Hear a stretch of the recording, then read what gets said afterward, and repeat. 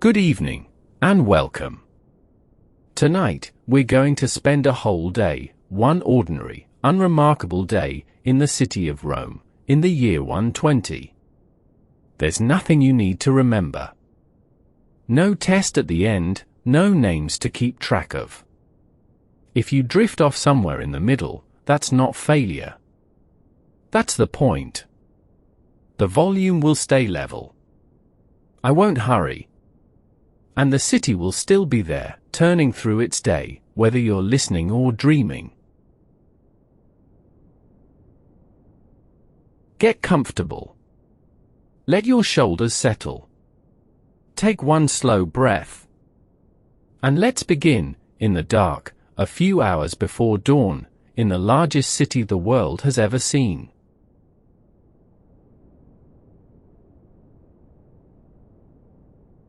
It is the middle of the night, and Rome is not quite asleep. 1 million people live in this city. 1 million. More than in any other city on earth, more than any city will hold again for well over 1,000 years after this one fades. Think of that for a moment, all the cities of the world, in all the centuries to come, and none of them will match this place until long after everyone here is legend. And a city of 1 million people is never entirely still. Listen, somewhere below us, wooden wheels are grinding over paving stones. That sound, that slow, patient rumble, belongs to the delivery carts. During the day, wheel traffic is banned from these narrow streets. The law is old, older than the emperors themselves. The street simply cannot hold both the crowds and the carts. So the city made a bargain with itself long ago, people by day, goods by night. Which means everything Rome eats, wears, burns, and builds with, all of it, moves in the dark. Sacks of grain up from the river docks at the foot of the Aventine. Timber from the mountains. Amphorae of olive oil and wine, packed in straw so they don't sing against each other over the stones. Marble, sometimes, for the emperor's new buildings, whole columns moving through the night on groaning wagons, slower than a funeral. The carters speak softly to their mules. Even they are tired. The mules know the routes better than the men do by now, where the streets narrow, where the fountain overflow makes the stones slick, where the low archway means duck. The poet Juvenal, a man who complained magnificently, and about nearly everything, wrote that it takes money to sleep in Rome. Only the rich, he grumbled, in their detached houses set back behind gardens, ever find real silence. For everyone else, the night has a soundtrack, the carts, the drivers, the creak of harness leather. He made it sound unbearable. But between us, I think he protests too much. Ask anyone who has lived a long time in a great city. The noise stops being noise. It becomes something closer to a heartbeat, proof, all through the night, that the world is carrying on without needing anything from you. There are worse things to fall asleep to. Tonight, we don't mind the carts at all. In the bakeries, tucked into the ground floors of buildings all across the city, the ovens are already lit. Bakers work while everyone else dreams. That has been true in every city that ever had bread, and it is true here on a scale the world has never seen. Bread is the heartbeat of Rome. The state itself sees to the grain, fleets of heavy ships crossing from Egypt and North Africa, sailing season after sailing season, filling the great warehouses by the river. Officials count and measure and worry over it the way physicians worry over a pulse, because they know, everyone knows, that Rome is only ever a few weeks of bad luck away from hunger. So the ships keep coming. And the ovens stay warm. By the time the sun rises, tens of thousands of loaves will be stacked and waiting, round loaves, scored on top into 8 neat wedges, the same shape in every bakery, as familiar to a Roman as the sky. The sky over the 7 hills is still black. Here and there an oil lamp glows in a high window, a flame no larger than a thumbnail, someone ill, or wakeful, or working late over accounts. A night watchman leans on his stick at a corner where 5 alleys meet. He is part of a whole corps of them, watchmen and firefighters both, thousands strong, because in a city of timber floors and oil lamps, fire is the one fear that never fully sleeps. He listens to the carts. He smells the bread beginning. He watches the east. The first grey is coming. You can't see it yet, but the roosters, somewhere out toward the city's edge, already know. We'll wait here with him, in no hurry at all, while the largest city in the world turns slowly toward morning.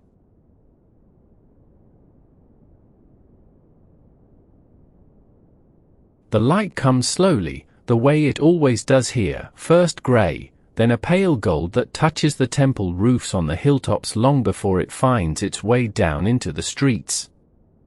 Rome wakes from the top down. We're on the Aventine hill now, the southern hill, above the river docks, in a neighborhood of tall apartment houses. The Romans call a building like this an insula, an island. And that's honestly what it looks like, a great block of brick and timber rising straight from the street on every side, washing strung between windows, an island of lives packed close together. Most of the city lives this way. It surprises people, sometimes, who imagine Rome as a city of marble villas and reclining senators. There are villas, certainly. But for every family in a villa, there are hundreds stacked in the insulae, 3 stories, 4, 5. A few, it said, climb to 8, though the wise are careful about the top floors, and the law keeps trying, gently and without much success, to hold the builders down to safer heights. The building works like an upside-down version of wealth.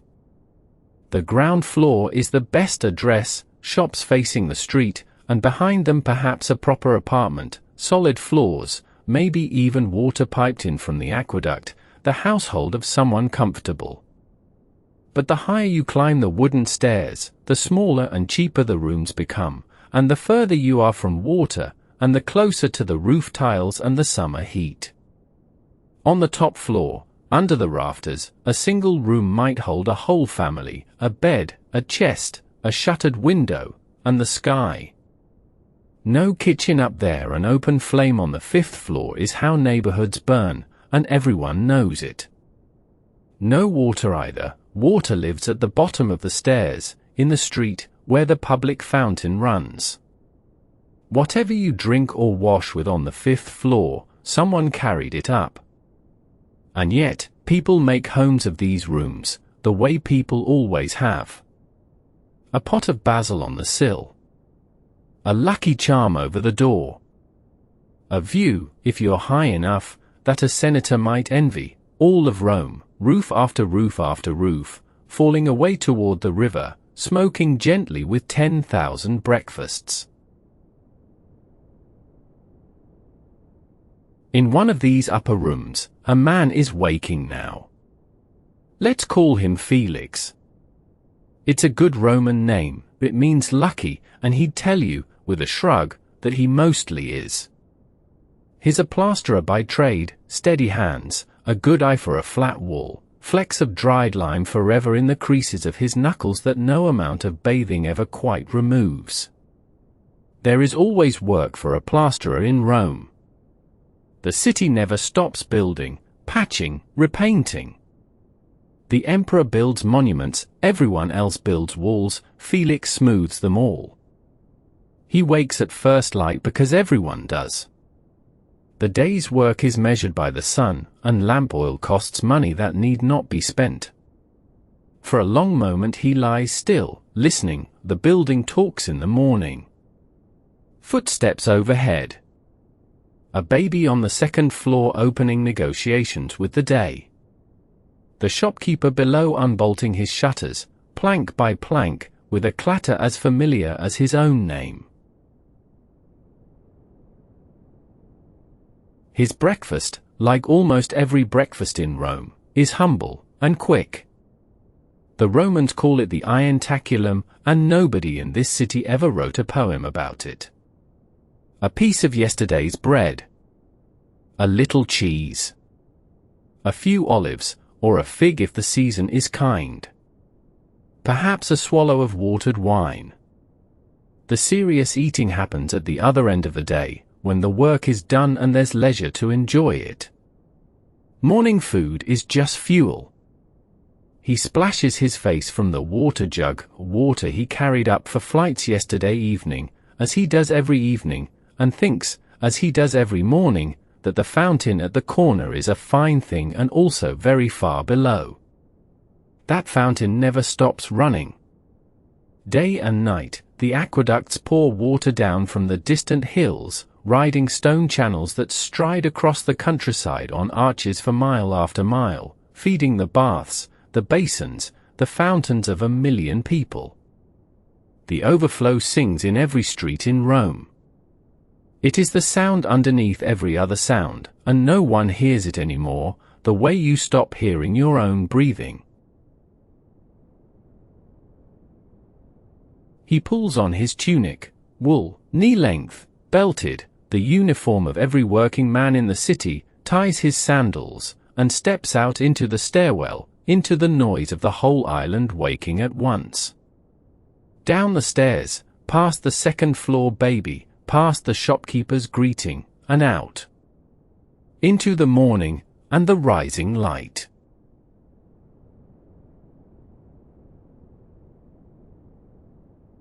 Across the city, on the quieter slopes of the Celian hill, a different sort of morning is unfolding.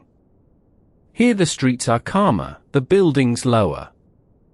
And here stands a domus, a private house, the kind only a fortunate few in this city possess.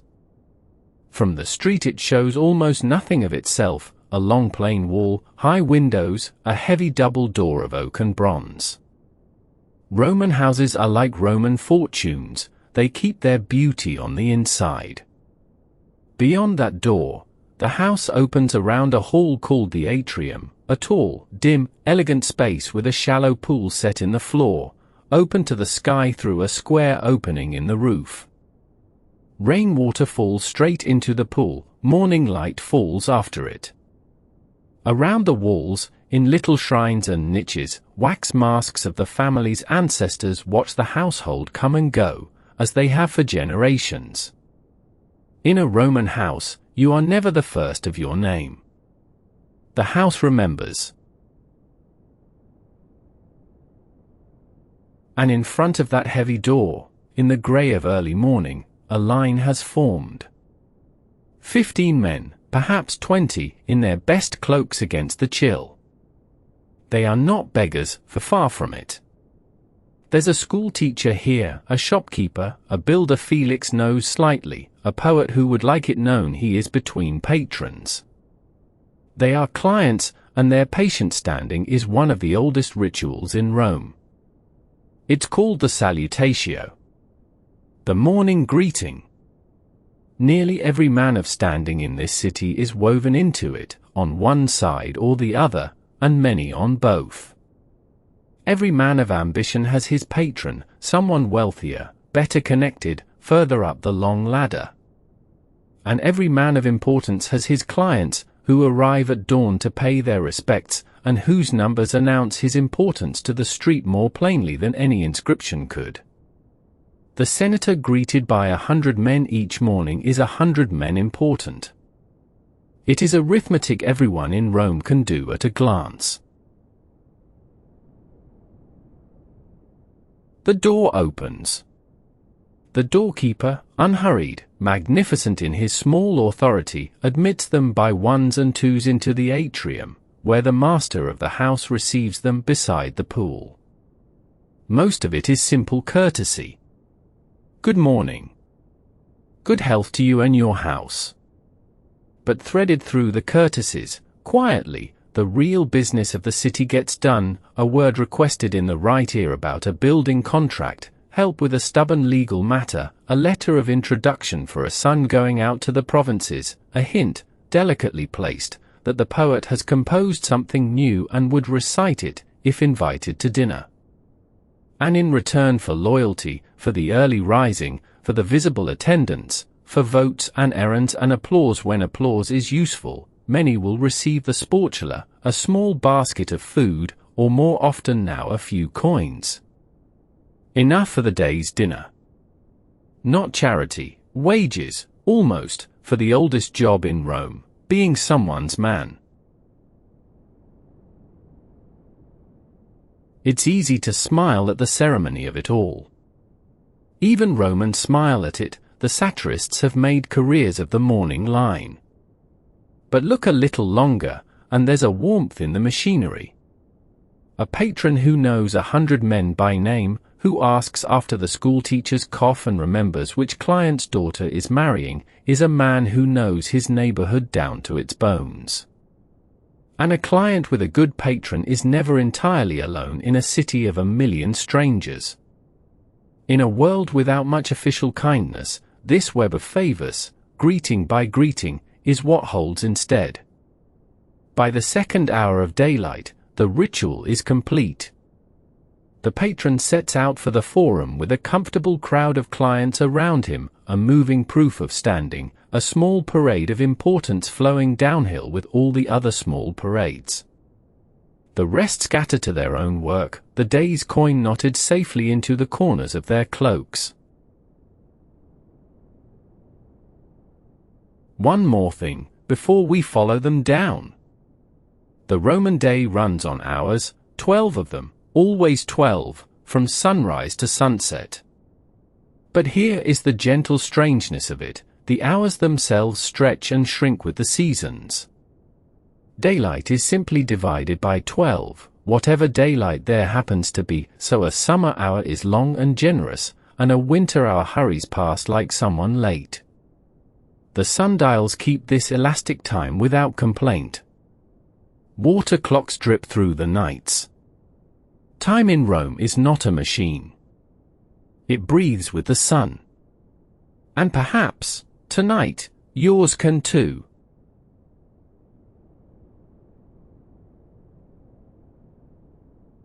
To reach the forum, most of the city funnels down through the valley neighborhoods, and none of them is more alive than the Subura. If Rome has a beating heart of ordinary life, it beats here, a dense, loud, cheerful, faintly disreputable quarter filling the low ground between the hills.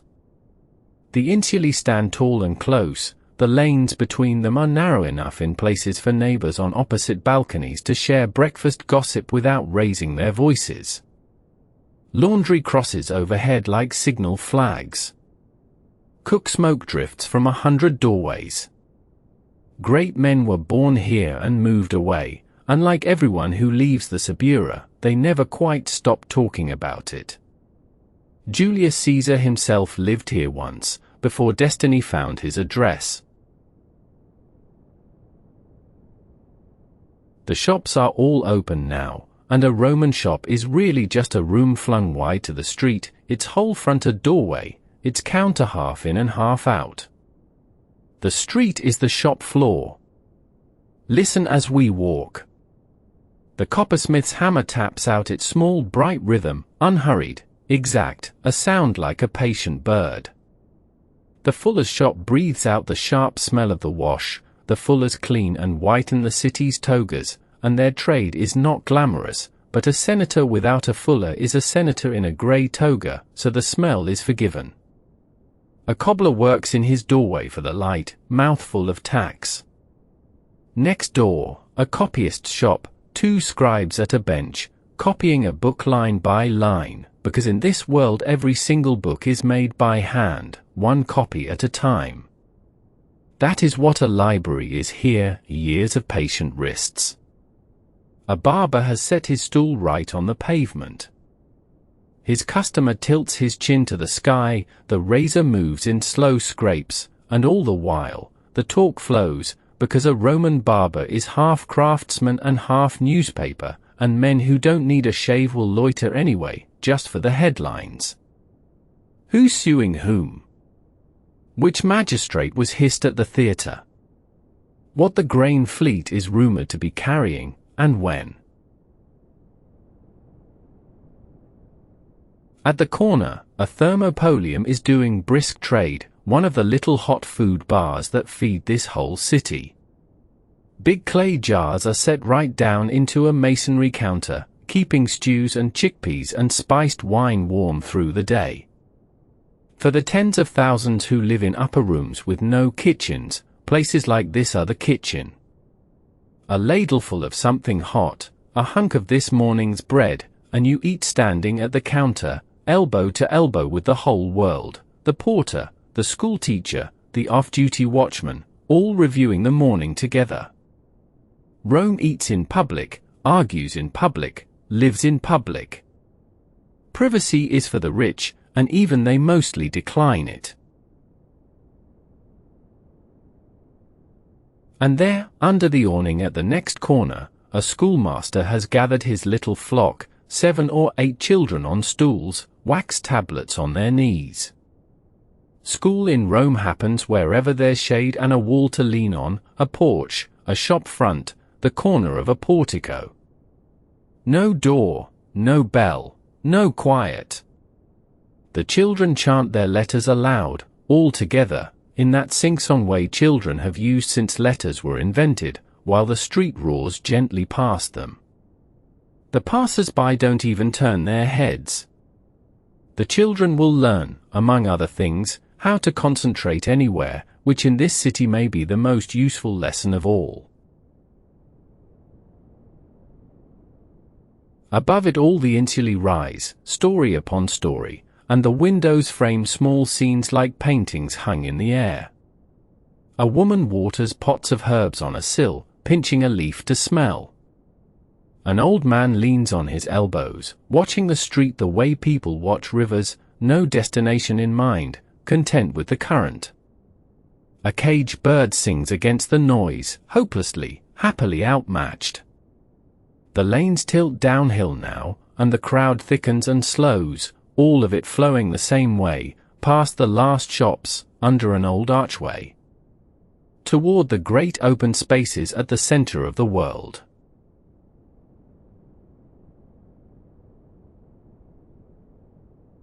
And then the street opens, and there it is. The Forum Romanum. After the shoulder-width lanes of the Subura, the space itself is a kind of thunderclap, a long marble plaza lying open under the full sky, ringed by buildings that were each, in their day, the grandest thing anyone had ever seen. Temples shoulder to shoulder, Saturn with the state treasure sleeping beneath it, Castor and Pollux on its high platform, the round temple of Vesta, small and ancient and somehow senior to everything around it, where the sacred fire of the city is never, ever, allowed to die. The great basilicas run along the sides, vast covered halls, their colonnades 2 stories high, deep with shade and echo. Gilded bronze catches the sun on the rooftops. Statues stand everywhere, orators, generals, gods, emperors, until the square is really 2 crowds, one of marble and one of flesh, and both of them arguing. By mid-morning the Forum is Rome's front room, and everything happens here at once. In the basilicas, the law courts are in session, and Roman trials are, frankly, theatre. The advocates perform, they pace, they weep on cue, they thunder and drop to a whisper, and the crowds gather to judge the performance as much as the case. A fine speech this morning will be quoted at dinner tables tonight in houses the speaker has never entered. Young men from good families stand at the edges taking mental notes, because this, rhetoric, performance, the moving of crowds by voice alone, is the ladder here, and everyone knows where it leads. Along the colonnades, the bankers and money changers work at their tables, coin weighed, letters of credit written, interest computed with small stones on counting boards. A merchant can deposit silver in Rome and draw it in Alexandria. The empire runs on such quiet miracles, and no one looks up from the table. And through it all, the news moves. There is no faster place on earth for news than this square. The fortunes of the grain fleet. A rumor from the northern frontier. Word that the Emperor Hadrian, a restless, brilliant, complicated man who seems to regard the whole empire as his personal architectural project, is traveling again, inspecting some distant province, planning walls and cities and temples, sketching buildings in his mind while his court hurries to keep up. Rome talks about him the way households talk about a formidable father who is away, freely, fondly, and with one eye on the door. Stand still a moment, here at the edge, and turn slowly. You can see 8 centuries from this spot. There, the old rostra, the speaker's platform, decorated with the bronze rams of warships captured in wars that have already faded into schoolbook legend. There, the arches raised for triumphs, their inscriptions going soft at the edges with weather. There, the black stone, very old, that even the learned argue about, marking something or someone from the city's infancy. Rome remembers in bronze and marble, and the Forum is its memory palace, every generation adding a room, none daring to clear one away. But even memory palaces get hot. The sun has climbed nearly to its height now, the shadows have shrunk to thin blue lines at the feet of the columns, the marble is beginning to glare like snow. The advocates' voices are going hoarse. The crowds are thinning at the sunny end of the square. Rome is about to do one of the wisest things it does every single day. It's going to stop.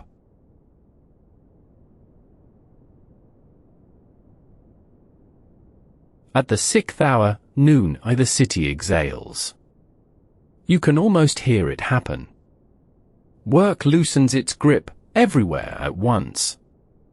The courts adjourn mid-argument, to be resumed when heads are cooler. Shops half close their shutters, not fully, just enough to say later. The coppersmith's hammer stops between one tap and the next. And Romans everywhere take the prandium, a light lunch, eaten quickly, without ceremony, mostly standing up. Bread again. Cheese, olives, fruit. Cold leftovers from last night's dinner for those who had a dinner worth leaving over. Nothing heavy, nothing that argues with the afternoon. The Romans regard a large midday meal roughly the way they regard sailing in winter, technically possible, and asking for trouble. And then, especially now, in the warm months, comes the rest. The streets empty by degrees, like a tide going out. The shade under the porticos fills with people doing gloriously little. In the insulae, shutters swing closed against the glare, and the great loud buildings settle into a hum. Children are made to lie down and pretend, at least, to sleep. Even the animals get it, the mules doze in their harness lines at the depots, the cats have claimed every warm ledge in the city, the dogs have poured themselves into doorways. Felix, our plasterer, has found a wall out of the sun near the job he's working, half a ceiling to smooth in a house on the Esquiline, but the plaster itself wants an hour to settle, so the trade's wisdom and the city's agree for once. He eats his bread and chickpeas from the corner bar, drinks water from the fountain, cold, faintly stone-flavored, the taste of Rome itself, sits back against the warm brick, and closes his eyes. Just for a little while. Around him, the loudest city on earth has lowered its voice to a murmur. A fountain running. A dove somewhere up on a cornice, saying the one thing doves say, slowly. 2 old men under the portico across the street, playing a board game with pebbles, taking whole minutes over each move, in no hurry to win because winning ends the game. And underneath it all, that faint, oceanic hum that never fully stops, a million lives, idling. Even time itself feels slower now, and in a way, it truly is. Remember the elastic hours, daylight divided by 12, whatever the season brings.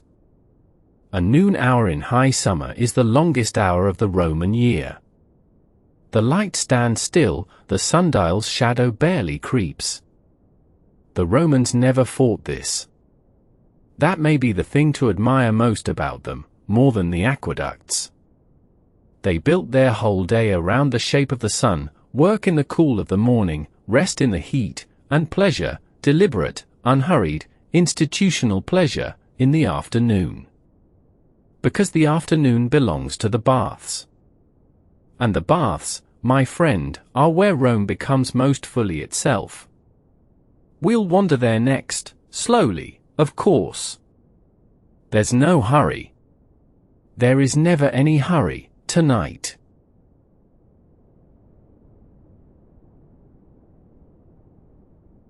Of all the gifts Rome gives its people, the baths may be the kindest. They're called thermae, and by this century they have grown into something far beyond washing. Imagine a public palace, brick and marble, vaulted halls tall as temples, floors of patterned mosaic running wet and bright. Around the bathing halls proper, exercise yards open to the sky, gardens with clipped walks, niches of statuary, stalls selling sausage and honeycakes, rooms for massage and oiling, even libraries, in the grandest of them, because a Roman sees no reason body and mind shouldn't be improved in the same building. And the entrance fee is a small coin, small enough that nearly anyone can pay it, and on festival days, often no coin at all. The senator and the plasterer bathe under the same soaring roof. There is nowhere else in the Roman world, not the forum, not the temples, not the games, where the city mixes so completely, so cheerfully, and so nearly naked of rank. Felix arrives in the 8th hour, mid-afternoon, when the water is at its best and half his neighborhood is already here. He pays his coin, leaves his tunic in a numbered niche in the changing room, with a glance at the attendant, because bath thieves are the small villains of 1,000 Roman jokes, and steps out into the noise and light of the palestra, the exercise yard. Here men wrestle in the sanded corners, lift hand weights with tremendous seriousness, and play furious games of ball, several kinds of ball, all with shouted rules that seem to change by the hour, all pursued with more enthusiasm than skill. The point isn't excellence. Nobody here is training for glory. The point is to raise a light sweat, work the morning out of the shoulders, and complain about it happily to someone doing the same.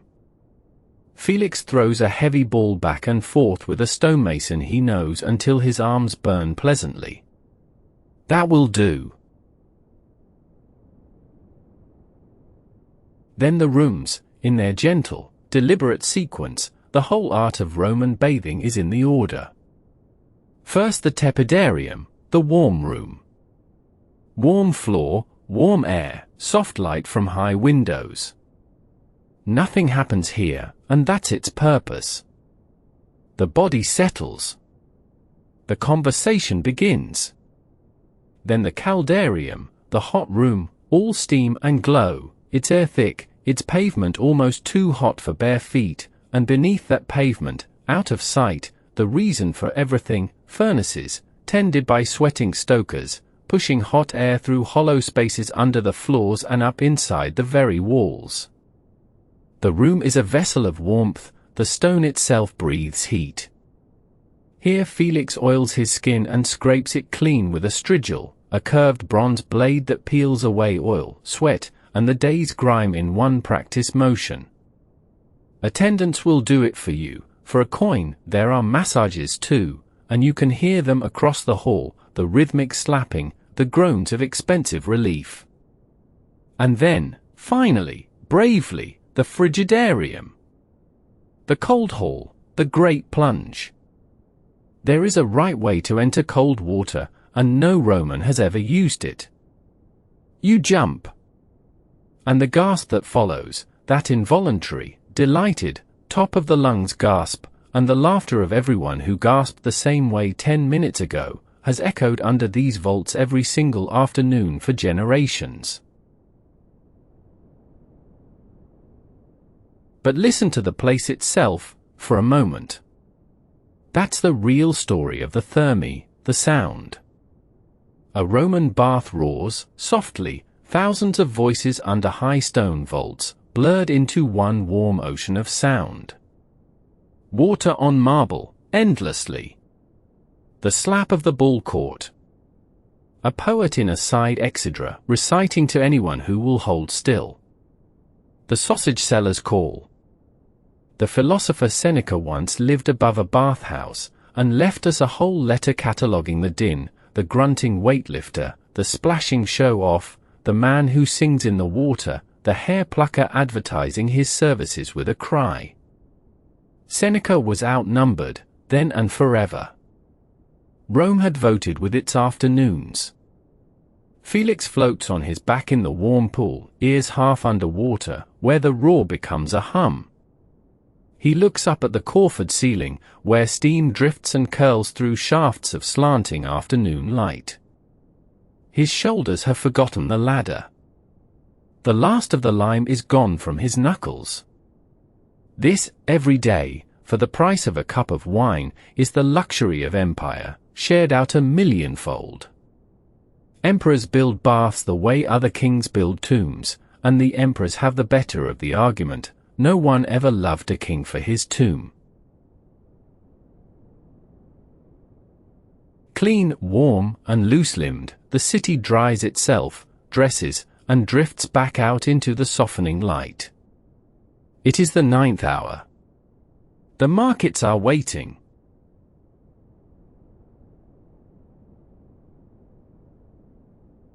Near the Forum, cut into the flank of the Quirinal Hill, stands one of the newest wonders of Rome, and one of the quietest, in its way, because it isn't a temple and it isn't for a god. It's a market. A great curved facade of brick-faced concrete, story upon story of it, following the bowl carved out of the hillside, and inside, dozens upon dozens of shops, vaulted chambers in ordered rows, connected by stairways and a grand covered corridor on the upper level, tall as a basilica, lit from high windows. It rose under the Emperor Trajan, barely a generation ago, alongside his great forum below. The Romans hardly know what to call it, a market, a warehouse, a street stood on its own shoulders. People will still be standing inside it 2,000 years from now, looking up, working out how the light gets in. The ground level is staples, grain and oil and wine, the holy trinity of the Roman table, weighed and measured and argued over. But climb the stairs, and the world widens with every step. Pepper, actual pepper, from beyond the ocean's far monsoon, having crossed more water and changed more hands than any senator ever will. Cinnamon and spices whose origins are polite fictions even to the men selling them. Silk, from a country that is barely a rumor wearing a name. Fish, kept alive and swimming in tanks so the buyer sees exactly how fresh dinner is. Fruit up from Campania that was on the tree yesterday. Honey from the Sabine Hills, cheeses from 100 valleys, each one, its seller swears, the particular favorite of some famous man who never ate it. This is the empire, made edible and touchable. A citizen of Rome can hold in one hand things from 3 continents, and does, and has stopped noticing. And yet the deeper wonder isn't the pepper. It's the bread, the plain fact that this city eats at all. 1 million mouths, every day, on a peninsula that could never feed half of them. The answer sails in fleets from Egypt and Africa, it fills the vast warehouse quarters down by the river, it moves through the night on those carts we heard before dawn. And for a great many citizens there is the dole itself, a regular ration of grain, free, a right of belonging to the Roman people. Bread in this city is not just food. It is politics, promise, and peace treaty, all baked into the same loaf, and every emperor knows precisely how thin that treaty wears when the ships are late. Felix isn't buying silk today. Felix has never bought silk, and is at peace with this. He buys a little oil, a measure of lentils, and, because the ceiling on the Esquiline went well and the plaster dried true, a small piece of cured pork, and a handful of figs. The shopkeeper wraps it all in a leaf, ties it with a twist of straw, and drops one fig extra on top, nodding at the ceiling overhead. Felix replastered it last spring, and it has held through 2 rains.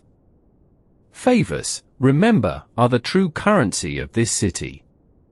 Coins merely keep the score. Outside, the light has begun to slant and mellow, pouring long and gold down the stepped streets. The marble across the city is turning the color of honey. Swallows are up, riding the warm air off the rooftops. It's the 10th hour. And in Rome, the 10th hour means one thing: dinner.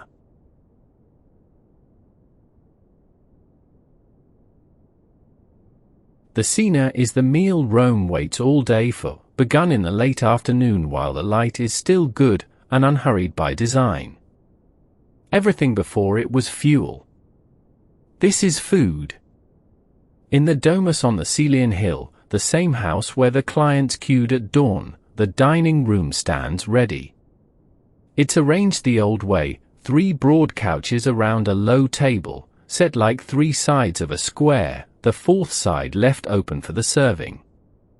Romans of standing dine reclining, propped on the left elbow, feet away from the table, a posture that looks impossible for eating and, with practice and cushions, turns out to be built for exactly what dinner here is really about: staying. You cannot rush a meal you're lying down for. 9 at table tonight, the ideal number, the old saying goes, never fewer than the Graces, never more than the Muses. Enough for one conversation to hold the whole room, when it's good, and small enough that no one can hide from it.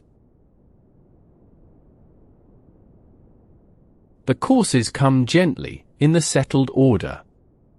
First the gastatio, the openers, eggs, olives, small savory things, salads dressed sharp to wake the tongue, a honeyed wine to start. Romans say a proper dinner runs ab ovo usque ad mala, from the egg to the apples, and the phrase means beginning to end in this language, because of course it does. Dinner is the shape Romans measure things by. Then the main tables, carried in whole and set down to quiet approval, a fish cooked in herbs. A roast kid. Vegetables glistening with oil, and over nearly everything, a dash of the beloved fish sauce, garum, salty, savory, indispensable. The finest of it costs like perfume and is argued over like poetry. Bread, always. And wine, always, but mixed with water, poured and repoured by the servers all evening. Drinking unmixed wine is for barbarians and the tragically young. The mixture is civilization, adjusted cup by cup as the talk requires. Then, at last, the mala, the apples, the fruit, the honeyed sweets, the nuts, and the lamps are trimmed, and no one moves. Because the food, truthfully, was only ever half the point. A Roman dinner is conversation given a table and a ceiling.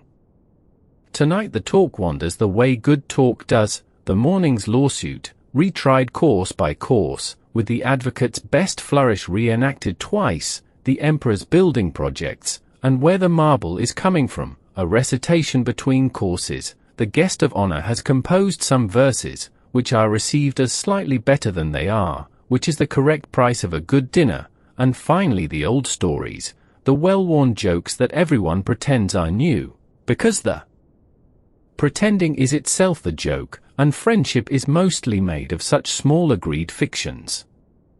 Lamplight moves on the frescoed walls, painted gardens, painted birds.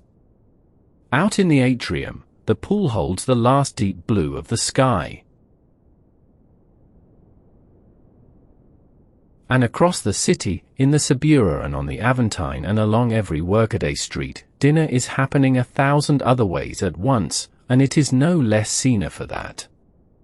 Felix takes his supper at the corner taberna with 2 men from the building site, his lentils, cooked up with a piece of cured pork, a stew that has no name and needs none. Bread to wipe the bowl. Wiping the bowl is not bad manners here, it's applause. Thin wine, well watered. Thick opinions, not watered at all, the foreman, the chariot teams, the price of sandals, the correct way to plaster a curve, on which Felix speaks briefly and is not contradicted. Upstairs and down the street, families eat by lamplight from shared bowls, porridge, beans, cabbage done in oil, whatever the day allowed. A little fish, on the good days. The figs, passed around after, to make it a feast. Rich or poor, though, look at the shape of it. The shape is the same, and it is very old. The day's work behind you. Food in front of you. Familiar voices around you, and the lamp holding back the dark. The figs, by the way, were excellent. The shopkeeper always did save the good ones for friends.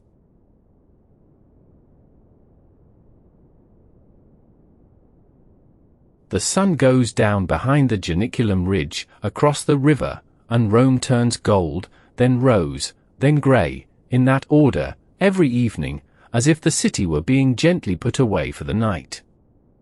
This is the hour of small lights.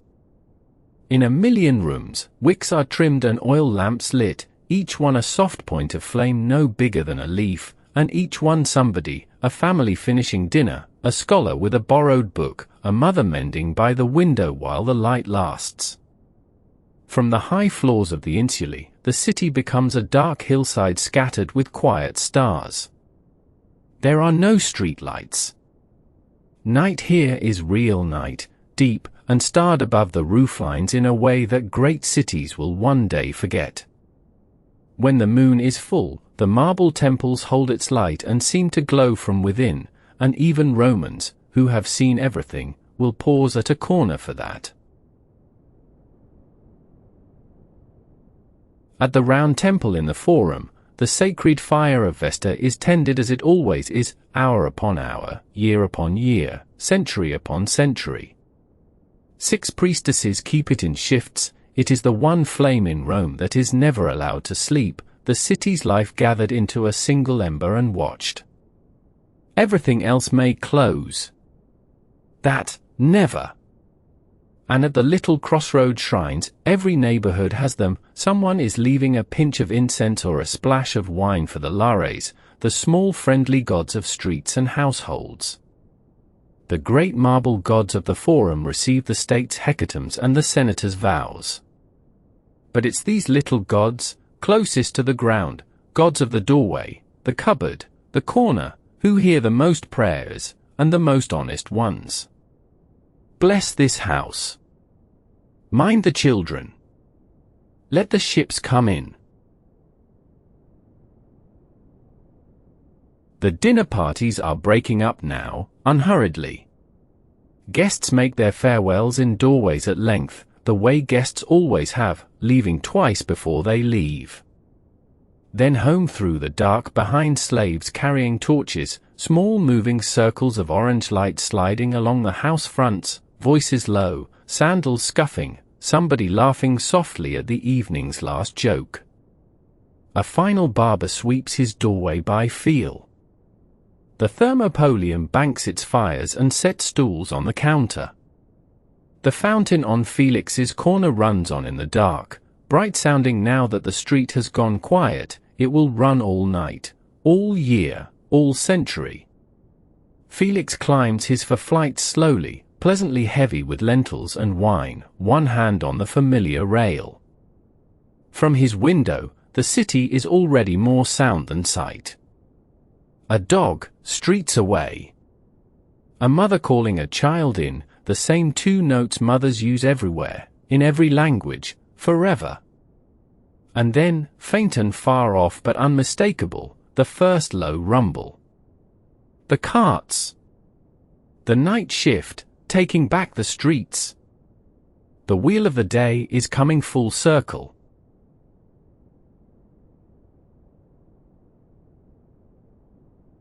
Night settles in earnest now, and the carts own Rome again.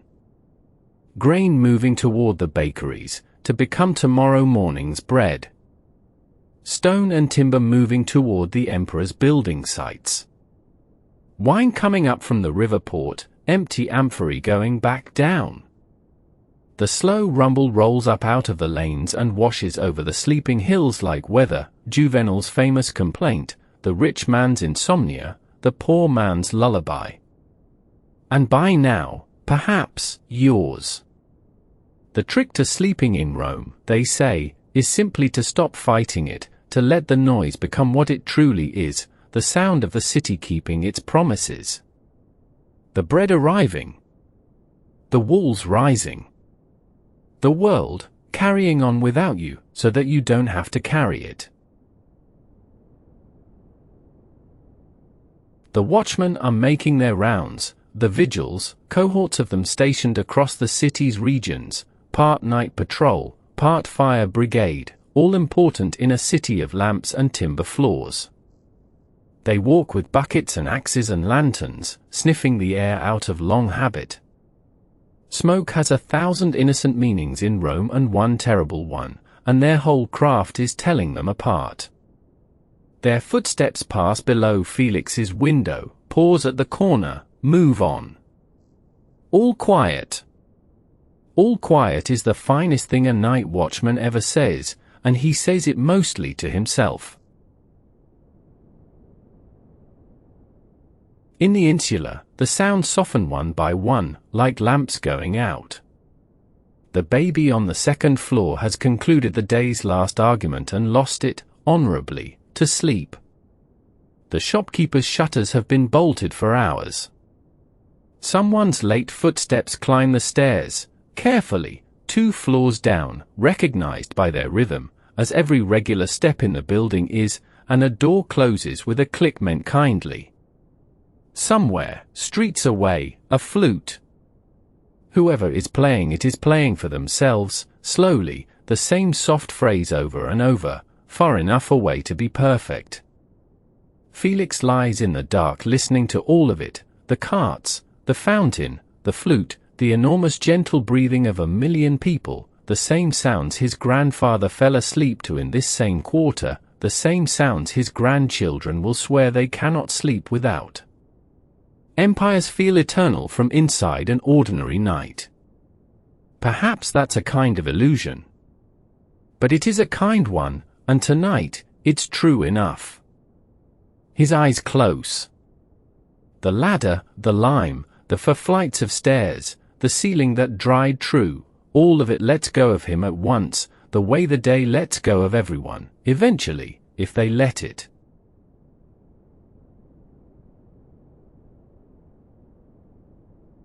And now, at the very end, let's rise, gently, up past the shuttered windows, past the roof tiles still warm from the afternoon, up over the rooftops of Rome. Below us, the 7 hills lie in the dark like sleeping animals, the Palatine with its palaces, the Aventine with its islands of ordinary lives, the Capitoline holding its great temple up to the stars. The Tiber is a ribbon of faint silver, winding through the middle of everything, sliding without hurry toward the sea, carrying, even now, the barges and the night business of the river, small lanterns moving on dark water. Here and there across the vast dark city a lamp still burns. A scholar who cannot leave his page. A sentry at a gate. A mother with a restless child, walking the floor in slow circles, humming something older than Rome. The temple of Vesta glows faintly at the heart of it all, keeping its ancient promise. The bakeries are warm. The carts are rolling. The fountains run on, hill after hill, street after street, filling the darkness with the sound of water that never stops being given. 1,000,000 people, asleep in one place. It has never happened before, anywhere, in all the long history of the world, and tonight it is the most ordinary thing imaginable. Patricians under frescoed ceilings and feather pillows. Felix under his roof tiles, lucky as his name. The advocates and the bakers, the priestesses and the porters, the school children and the schoolmaster, the whole vast weave of patrons and clients and friends and strangers, all of them equal now, for these few hours, citizens together of the oldest republic there is. The Republic of Sleep. Tomorrow, the wheel turns again. The ovens are already warm for tomorrow's bread. The grain ships are already at sea, somewhere out in the dark between Africa and here, sails full of the night wind.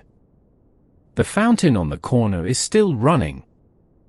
And it does not need us to watch it. So let the carts rumble somewhere far away. Let the city hold you, the way it holds them easily, and all night long. Sleep well,